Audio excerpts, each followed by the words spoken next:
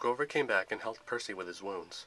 Within seconds, Percy's arm was healed thanks to some ambrosia, which was kind of like a magic medicine for demigods.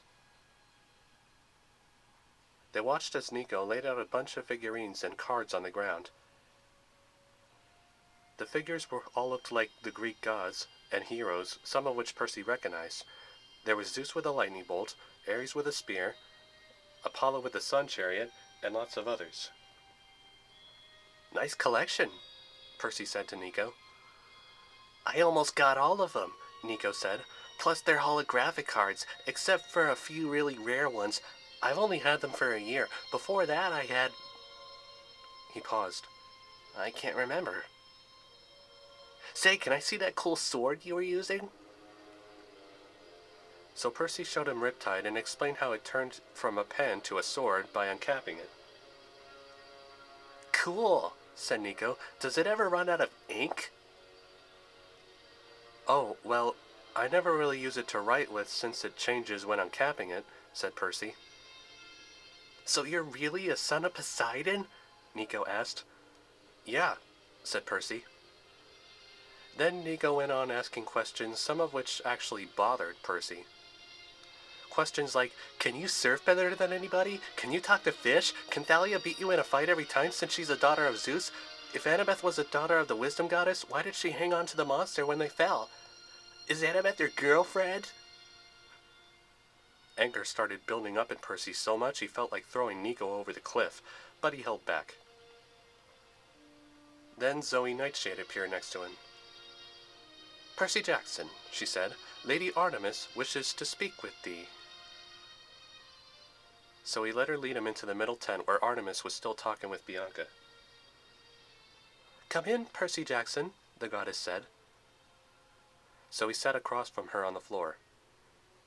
As the goddess studied him, Percy realized for such a young girl, Artemis's eyes looked really old. "Are you surprised by my age?" she asked, as if reading his mind.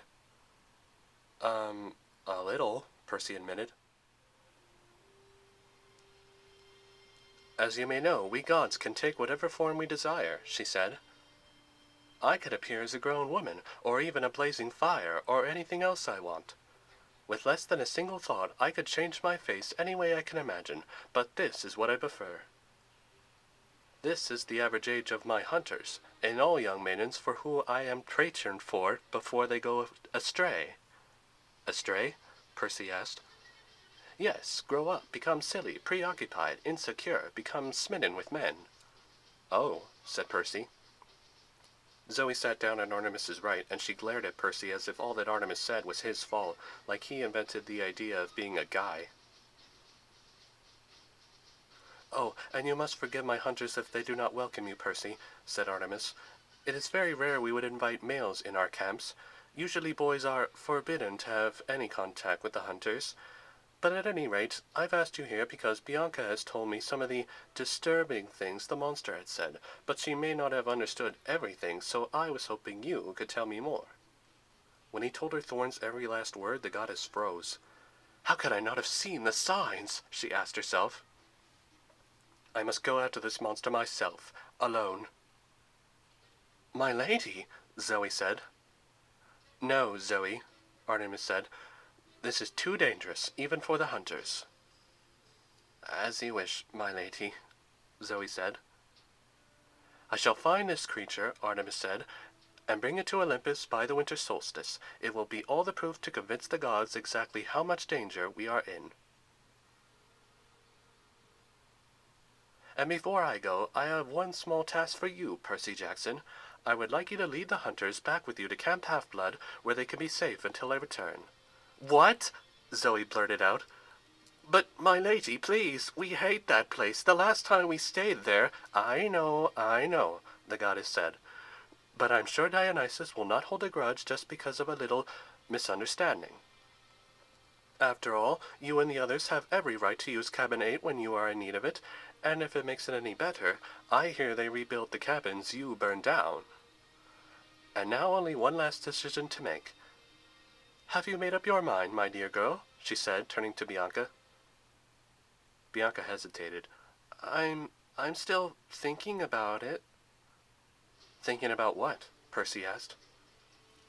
They've invited me to join the hunt, Bianca told him. What? But why? Why would you want that? Percy asked her. Bianca, you need training. Plus the camp could be fun with all the Pegasi and the sword fighting and the arena and the games. What do you hope to find in joining the hunters? To begin with, immortality, Zoe said. You're kidding, right? Percy asked. Oh, Zoe does not kid, Artemis said. Once a maiden is offered to join the hunt and they swear loyalty to me, they are indeed immortal. Unless, of course, they fall in battle, which is unlikely, or break their oath to forswear romantic love forever, never to grow up or ever get married, to remain a maiden eternally. Is that what you did? Percy asked. Yes, said the goddess. Percy couldn't imagine why or how anybody would decide to stay 12 forever and never have any relationships just to hunt stuff.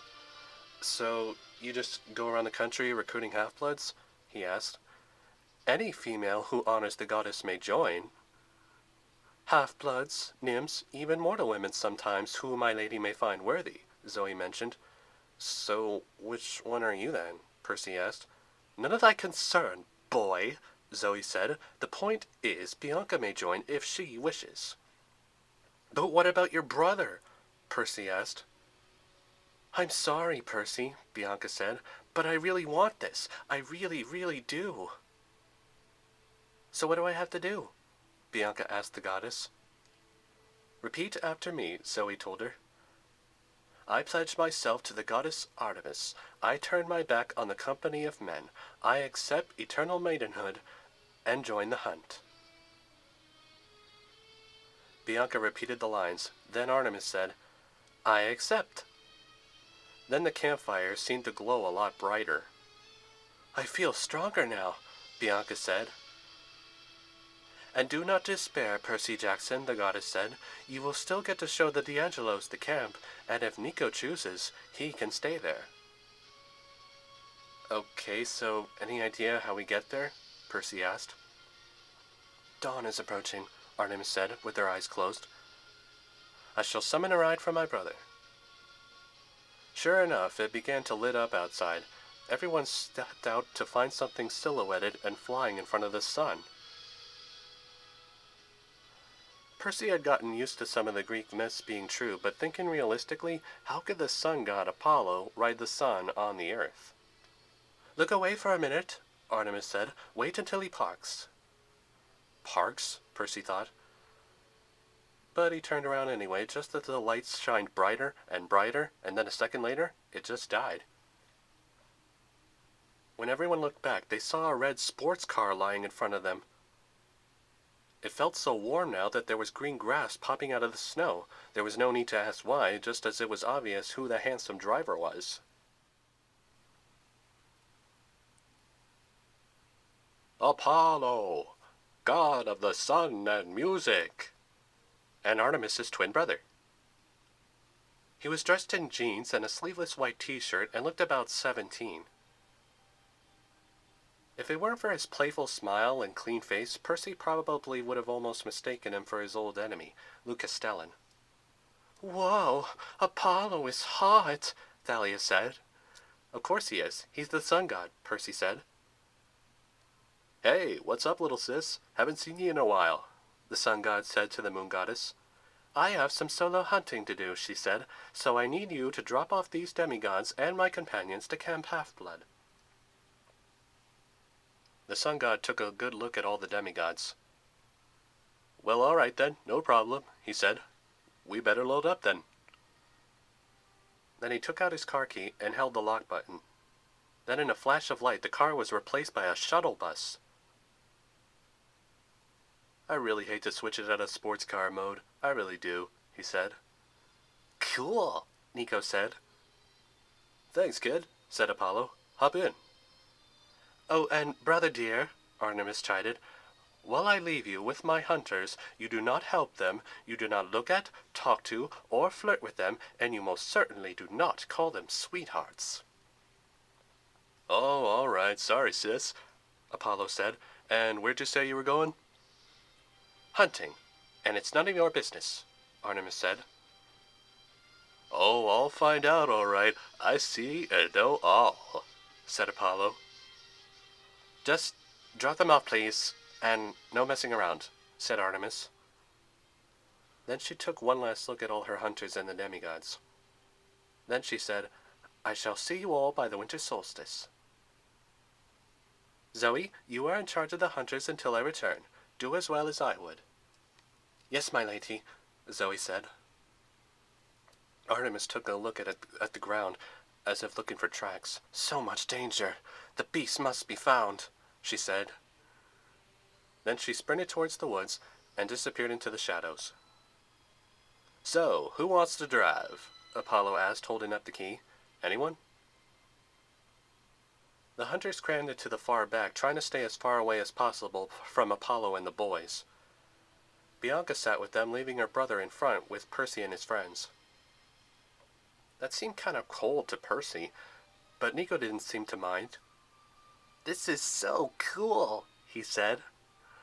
"But how does this work? I mean, I thought the sun was a big fiery ball of gas." "I think that rumor started because my sister used to call me a big fiery ball of gas," Apollo chuckled.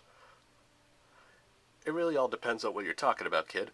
Either astronomy or philosophy. Interesting how mortals use sun power for a lot of requirements."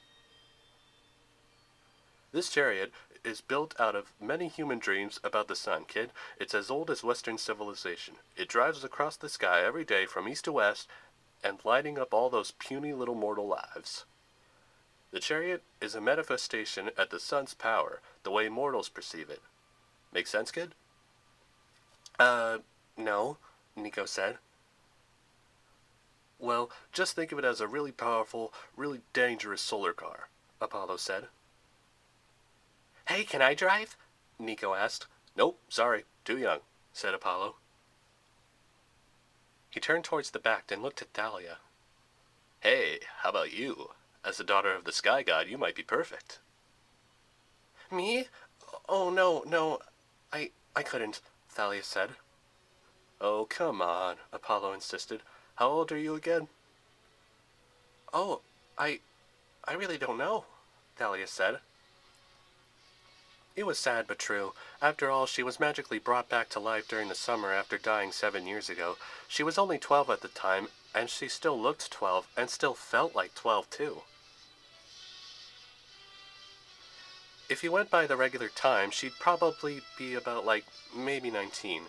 And if you looked at her, she seemed somewhere in between. Karen could figure having to also turn into a tree once made her age slowly. "You're 15, and you'll be 16 in a week," Apollo said, "which means you're old enough now to drive with a learner's permit."